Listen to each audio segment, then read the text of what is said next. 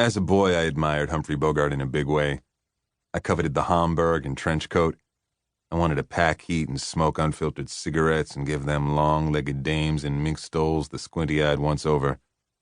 I longed to chase villains, right wrongs, and restore the peace.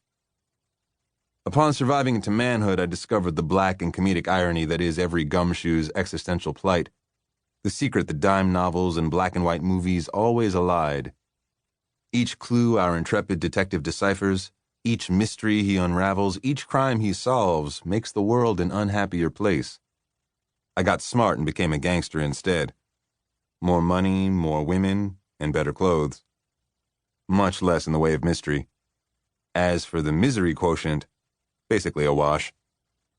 Became a gangster, there's a mouthful. How I wound up hitting for the far north division of the outfit is a woeful saga. The story of how I escaped that life is no less grim, but it's a hell of a lot shorter.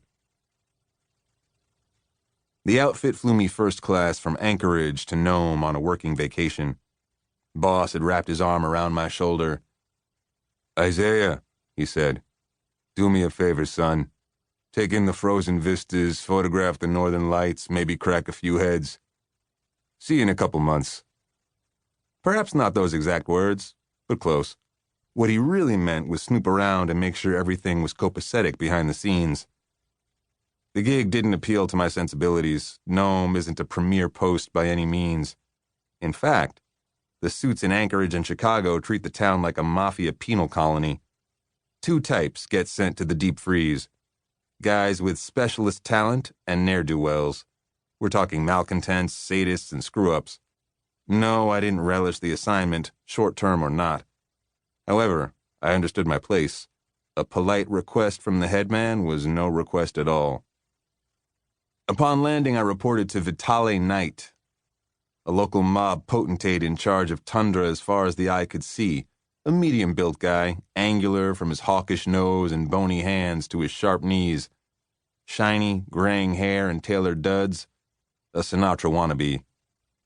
Knight had risen through the ranks in Chicago as the premier button man of the generation prior to my own, quick on the draw as a Wild West gunfighter with a pile of bodies to his credit.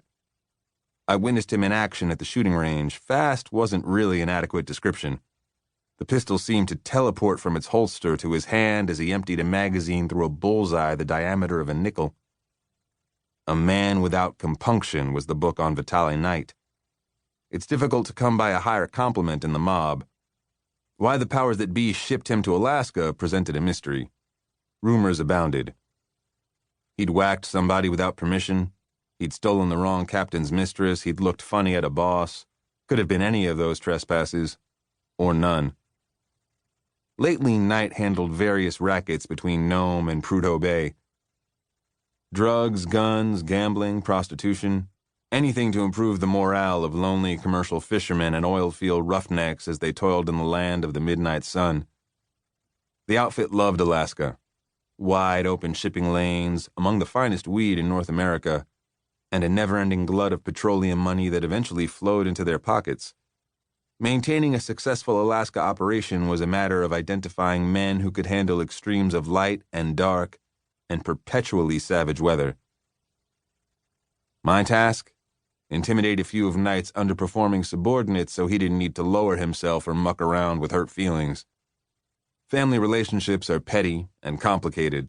Doesn't matter what family you're talking about. When you needed a whip hand, you sent Isaiah Coleridge. I'd set the gold standard. Those movies by Albert Broccoli about the world-famous spy? In every flick, there's a sinister, powerfully built dude in a nice suit lurking at the margins. He kills people who annoy his boss, the arch-villain. I was that dude. The first few weeks in Nome were smooth. The bozos I'd come to frighten took a gander at my game face and straightened their acts out in a hurry. Easy money. Mostly we played cards and spent a sizable chunk of our evenings boozing at one of a dozen taverns. I got close to the crew, especially Knight's second fiddle, Tony Becky, a.k.a. Tony Flowers, a pot-bellied old-school gangster, old school as in Dark Ages.